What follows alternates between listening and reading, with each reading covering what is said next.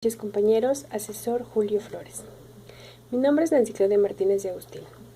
Soy del grupo 9132. En este video abordaremos el tema 1, antecedentes filosóficos de la psicología, respondiendo a las preguntas del cuestionario. La primera pregunta es, ¿cuáles son las tres concepciones epistemológicas dominantes? La primera es la empirista o continuista. Se afirma que la ciencia se construye yendo de lo más simple a lo más complejo, y que comienza por el conocimiento directo que los sentidos nos dan de las cosas. Se llega al saber científico partiendo de las apariencias y por un movimiento progresivo, que lleva desde lo evidente a lo desconocido. La número 2 es la intuicionista o discontinuista idealista. Se postula la existencia de una facultad especial del intelecto o del espíritu humano, que le permite aprender la esencia de los fenómenos de un modo repentino y exacto, trascendiendo las engañosas apariencias que pudiese ocultar esta esencia. La número 3 es de la práctica teórica o discontinuista materialista. Se sostiene que la ciencia no se apoya en las apariencias, ni tampoco tiene como objetivo la búsqueda de esencias escondidas. Que la ciencia se construye merced a un trabajo de producción de conceptos, enfrentando a los datos de la experiencia sensorial y a las convicciones espontáneas. La siguiente pregunta es, explique el epígrafe de Bachelard al que el autor alude. El conocimiento objetivo se constituye después de una ruptura con el conocimiento sensible o sensorial de los objetos. Esa fue la epígrafe. La explicación es la siguiente. Nos dice que el conocimiento no se obtiene por revelaciones divinas, por magia o porque nuestros sentidos así lo percibieron. El conocimiento es el resultado del trabajo de los científicos, a partir de la crítica de las apariencias y de las ideas que nos hacemos de las cosas de manera espontánea. Es decir, es un trabajo constante. La siguiente pregunta es, ¿cuáles son algunas de las acepciones de ideología? Se abordaron varias connotaciones con respecto a la ideología. Se mencionó que la ideología es el saber precientífico, o el conocimiento del movimiento aparente, o que la ideología es imprescindible para la construcción de una teoría científica. Sin embargo, hay algunas acepciones que abordaremos a continuación. La primera acepción es la acepción política del término. Esta acepción habla de conservar o mantener el estado de cosas basado en la dominación bajo las clases dominantes. La siguiente es la acepción epistemológica.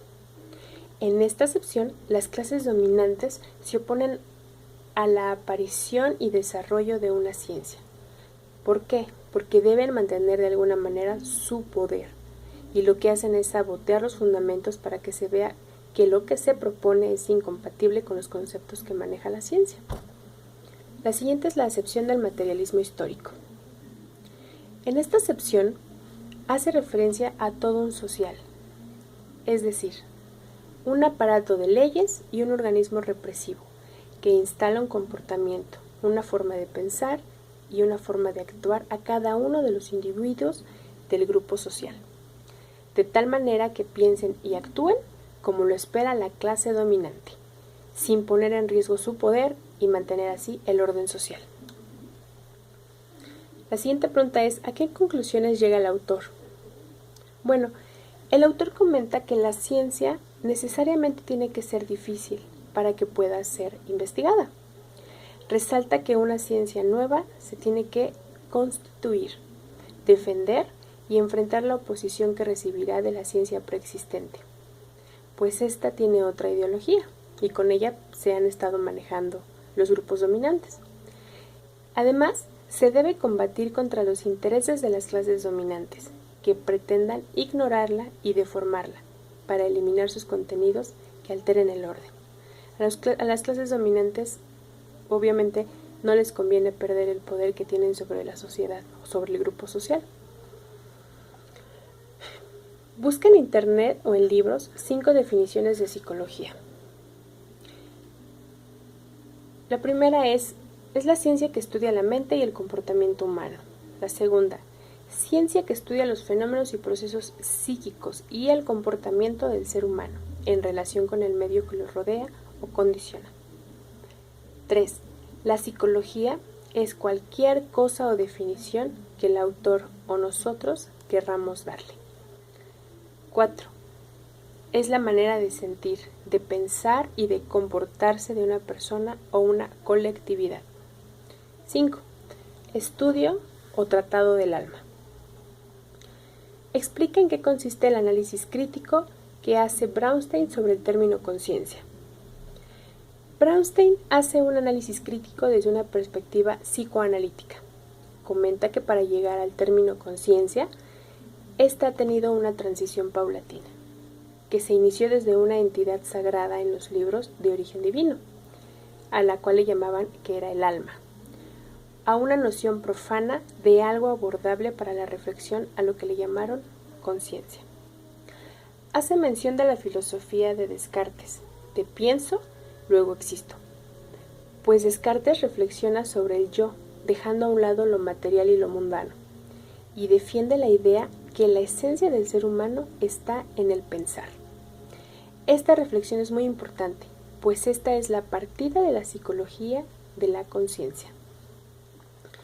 Brownstein comenta que la conciencia es una evidencia que se alcanza intuitivamente y de la que todos participamos. Menciona el psicoanálisis y dentro de esta la introspección como una herramienta de estudio y lo explica como la revisión de un sujeto a otro de las funciones de su conciencia. En ella se reconocen funciones de la conciencia que pasan a ser los temas de la psicología, como lo son la sensación, la percepción, la atención, la memoria, el juicio y sobre todo la voluntad.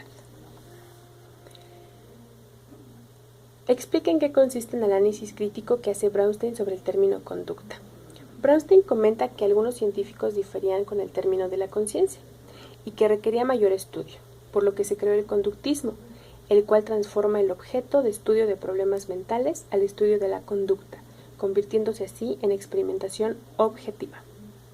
Este método trataba al hombre como animal, ya que no había diferencia entre ellos. También aborda el tema del papel que juega el psicólogo antes y después del conductismo. Antes el psicólogo solo era un pensador teórico, dedicado al estudio de la psicología. Después del conductismo, se convierte en la persona que aporta mejores prácticas y consejos para la conducta humana. ¿Cuáles son las reflexiones epistemológicas sobre la psicología académica? Hay muchas concepciones respecto a psicología académica. Una de ellas se refiere a que la conciencia condiciona la conducta, es decir, la actividad de las personas modifica la naturaleza y transforma la sociedad. Todos los representantes que menciona Brownstein coinciden en la relación que existe entre conciencia y conducta y asignan a la psicología la tarea de estudiarlos. Espero que me hayan entendido un poco de lo que quise expresar y bueno, es todo. Muchas gracias.